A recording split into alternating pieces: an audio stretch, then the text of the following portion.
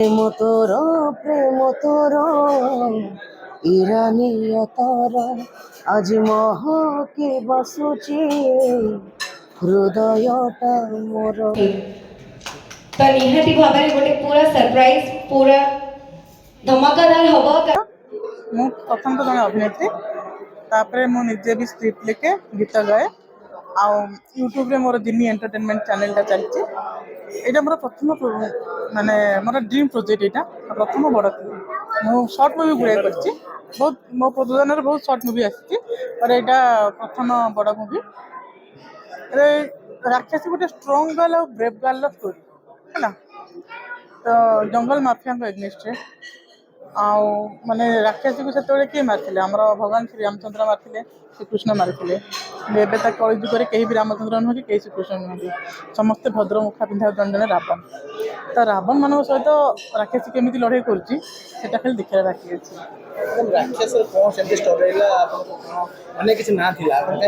ରାକ୍ଷସୀ ଏଇଥିପାଇଁ ବଛା ହେଲା ଯେ ଯେମିତି ଆମେ ଘରେ ସବୁ ଜେଜେବାପା ଜେଜେମା ଅଜା ଆଈ ନାତି ନାତୁଣୀ ଗେଲରେ ଡାକନ୍ତି, ତ ତାକୁ ପିଲାବେଳେ ବି ମା ତାକୁ ଜେଜେମା ତାକୁ ରାକ୍ଷସୀ ଡାକିଛନ୍ତି। କିନ୍ତୁ ତା ମୁଣ୍ଡରେ ସେ ଯେତେବେଳେ ରାକ୍ଷସୀ ପଶି ତା ବାପା ତାକୁ ବୁଝେଇছে, ମାନେ ତାଙ୍କ ବାପା ଯେ ସେ ବୁଝେଇଛନ୍ତି ଯେ ରାକ୍ଷସୀ ଗୋଟେ ଷ୍ଟ୍ରଙ୍ଗ ଗାର୍ଲ, ତାକୁ ନେଗେଟିଭ ଦେଇନାହାନ୍ତି। ଯେ ଆମର ଫ୍ୟାମିଲି ଷ୍ଟୋରି, ଜେଜେମା ତାକୁ କହିଦେଲେ ବାପା ତାକୁ ବୁଝେଇ ଦିଅନ୍ତି, ଏମିତି ବୁଝେଇକି ତା ମୁଣ୍ଡରେ ଅଛି ଯେ ମୁଁ ଗୋଟେ ଷ୍ଟ୍ରଙ୍ଗ ଗାର୍ଲ। କିନ୍ତୁ ସେ ଯେତେବେଳେ ବଡ଼ ହେଇକି ଯେତେବେଳେ ଲଢ଼େଇ କରୁଛି, ତା ଘରକୁ ପ୍ରୋଟେକ୍ଟ କରୁଛି, ଜଙ୍ଗଲକୁ ପ୍ରୋଟେକ୍ଟ ଦଉଛି, ଯେତେବେଳେ ଲଢ଼େଇ କରୁଛି ସେ ଏକଦମ ସାହସୀ ହେଇଯାଇଛି ଆଉ ରାକ୍ଷସୀ ପରି ସମସ୍ତଙ୍କୁ ହିଁ ମାରୁଛି। ହିରୋ ତ ଆପଣମାନେ ଦେଖିଲେ ଆମର ଅଙ୍କିତ ଆଉ ଅଭିନବ ସିଂ 2 ଜଣ ରହିଛନ୍ତି ହିରୋରେ, ଆଉ ସମସ୍ତେ ନେଗେଟିଭ। ନାଇଁ, ଫାଷ୍ଟ କହିବି ଓଡ଼ିଆ ଫିଲ୍ମ, ଓଡ଼ିଆ କଳାକାର, ଓଡ଼ିଶା ମାଟିରେ ହିଁ ସୁଟିଂ ହେବ, ବାହାରୁ କେହି ଆସିବେନି, ସବୁ ଓଡ଼ିଆ, ସବୁ ଓଡ଼ିଶାରେ ହେବ।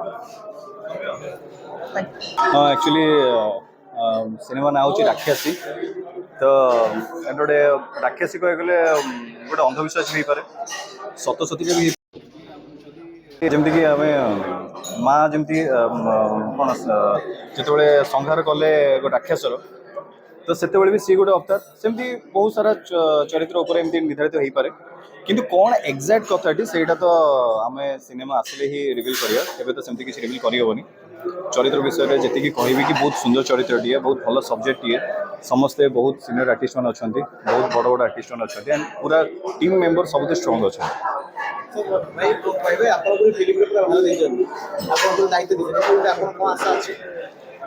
आशा तो मुझे कहली कि आशा तो सबू सिनेमा को लेकिन थाई, जी सिनेमा करी सिनेमा करुँची सब सिनेमा नहीं सेम आशा थाए कि बहुत भल चलू, दर्शक मान हृदय को जीति पारू, दर्शक मान हृदय को छुई पारू, सब्जेक्ट मो अभिनय छुई पारू, तो सही आशा सबुत थाए।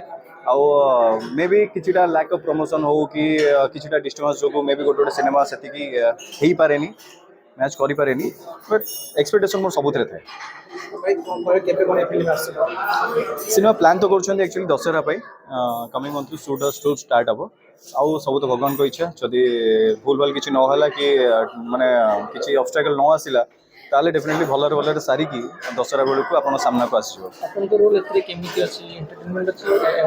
हाँ, ये सब किसी अच्छी राइट, सब किसी कहीपर माने गोटे फैमिली ड्रामा अच्छी, लव स्टोरी अच्छी, माने मर्डर मिस्ट्री अच्छी, किंतु बहुत किसी अच्छी। एथिरे जी एक्चुअली हीरोइन अच्छी सी एपर्यंत रिवील कराइनी, चलुवा जेनेरेशन हीरोइन जड़े तो रिवील कराइनी, तो फाइनल हो गला रिवील करदे। धन्यवाद, थैंक यू सो मच। राक्षसी आमर अड ना देवाक चाहूली। हाँ, स्टार्टिंग गोटे फिल्म करते जानते कटक, मत समझते कहले कटक कौन ना देच चलना आपण मैंने तो देखिथे सीटा। तो से जो प्रयोजक मत कहले सुजाता मिश्र कहले मुन्ना भाई गोटे स्टोरी अच्छी मो पाखे, मुझे हौ शुणिली बहुत बढ़िया लगे। से ड्रीम प्रोजेक्ट थिला, से राक्षसी टाइटलटा से ही देते स्टोरी बोला राक्षसी ठीक, राक्षसी टाइटल दे अलग कौन ना दबा दबा आगु को अलग अलग फिल्म रे।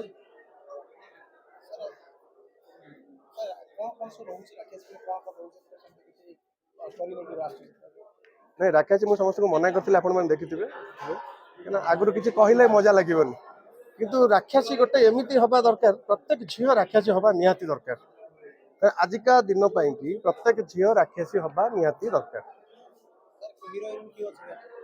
ଅଙ୍କିତ ହିରୋ ଅଛି, ଆଉ ସବୁ ପୁରୁଣା ଆର୍ଟିଷ୍ଟ ସବୁ ଅଛନ୍ତି। ମୁଁ କହିବି ଆପଣଙ୍କୁ, ଆପରେ ଦେଖାହବ ବହୁତ ଜଲ୍ଦି। ଗୀତ ସବୁ ଓଡ଼ିଶାରେ, ସବୁ ଓଡ଼ିଶାରେ। ଆମେ ଓଡ଼ିଶା ବାହାରକୁ ଯିବାନି, ଖାଲି ବିଜେଏମ୍ ଫିଜେଏମ୍ କାମ କରିବା ପାଇଁ ବାହାରକୁ ଯିବା, ନହେଲେ ଓଡ଼ିଶାରେ କାମ କରିବା। ଆଉ ପଚାର। ଯେତେବେଳେ ମୋତେ ଡକାଗଲା ଅଭିନୟ କରିବା ପାଇଁ ଏ ସିନେମାରେ, ମୋତେ ବୁକ୍ କରାଗଲା। ବୁକ୍ କୁହାଯାଇପାରେ, ଏଇଟା ଭଲ ଶୁଭୁ ନାହିଁ, କିନ୍ତୁ ଯେତେବେଳେ ମୋତେ ଡକାଗଲା ଯେ ଅଭିନୟ କରିବେ ବୋଲି, ସେତେବେଳେ ମୁଁ ପଚାରିଥିଲି କାହାଣୀ କ'ଣ। ମୋତେ ଏପର୍ଯ୍ୟନ୍ତ ବି କାହାଣୀ କୁହାଯାଇନି, ଖାଲି ଗୋଟେ ଭାବପ୍ରବଣତାରେ ବଶବର୍ତ୍ତୀ ହେଇକି ଯେହେତୁ ଆମର ସିନେମା ନାହିଁ, ନୂଆ ସିନେମା ସବୁ ଆରମ୍ଭ ହେଉଛି, ତ ଏଇଟା ଚାଲୁ ହଉ, ଯାହା କ'ଣ ଗୋଟେ କରୁଛନ୍ତି ତ କରିବେ, ହଉ ସେଇଟା ହେଇଯାଉ ବୋଲି ମୁଁ ଗୋଟେ ସେଇ ଭାବନାରେ ହଁ ମାରି ଦେଇଛି। କିନ୍ତୁ ମନ ଭିତରେ ଆସୁଛି ଯେ ତାଙ୍କ ବ୍ୟବହାର, ତାଙ୍କ ଚାଲିଚଳନ, ତାଙ୍କର ଆରେଞ୍ଜମେଣ୍ଟ, ଏସବୁ କଥା ଦେଖିଲେ ମୋତେ ଲାଗୁଛି ଗୋଟେ ଭଲ ଚିନ୍ତାଧାରାର ସିନେମାଟିଏ ହେଉଛି। ତେଣୁ ତା ଭିତରେ ମୁଁ ଗୋଟେ ସିନ୍ଧିଆ ଚରିତ୍ର ଥିବି ନିଶ୍ଚୟ ଆଜ୍ଞା।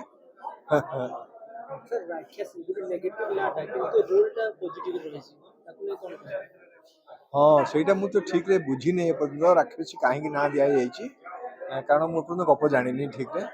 ଆଉ ରାକ୍ଷସୀଟା ନାଁ ହେଇଛି ଏବଂ ପଜିଟିଭ ଆକ୍ଟିଭିଟିଜ୍ ହେଉଛି ଏତ କଥା। ତେଣୁ ହେଇପାରେ ଆଜ୍ଞା, ଏମିତି କ'ଣ ଅସୁବିଧା, କ'ଣ ସେମିତି କ'ଣ କିଛି ଅସୁବିଧା ନାହିଁ। ଆମେ ଯେଉଁ ପଦ୍ମଲୋଚନ ଯେଉଁମାନଙ୍କ ନାଁ ଦିଆଯାଏ, ସିଏ ଯେ ନିହାତି ପଦ୍ମ ଭଳି ଆଖି ହେଇଥିବ ତା ତ ମାନେ ତେରା ବି ହେଇଥାଇପାରେ। ଇଏ ରାକ୍ଷସୀ ଯିଏ, ସିଏ ଭଲ ବି ହେଇଥାଇପାରେ, ଅସୁବିଧା କ'ଣ ଅଛି? ନାଇଁ, ମୁଁ ତ ବର୍ତ୍ତମାନ ବହୁତ ଖୁସି ଅଛି ଯେ ନୂଆ ନୂଆ କାମ ଆସୁଛି, ସେଇଟା ପାଇଁ ମୁଁ ଖୁସି ଯେ ଆମର ପୁଣି ଥରେ ଓଡ଼ିଆ ସିନେମା ଫେରୁଛି। ଆମେ ସେଥିପାଇଁ ଗର୍ବିତ, ଏବଂ ଯାହା ହଉ ଆମେ ଅନ୍ତତଃ ଦେଖିପାରୁଛେ ଯେ ଆମ ଅବସ୍ଥା ଫେରି ଆସିଲା ପୁଣି ଆମକୁ। Subhashish Kumar music director. Hit और फ्लॉप तो पब्लिक जनता जनार्दन ऊपर डिपेंड करे सब जिनस। मु मोर करियर फर्स्ट गीत भी जी परिश्रम कर राक्षसी सिनेमा भी से परिश्रम कर सब जाक गीत।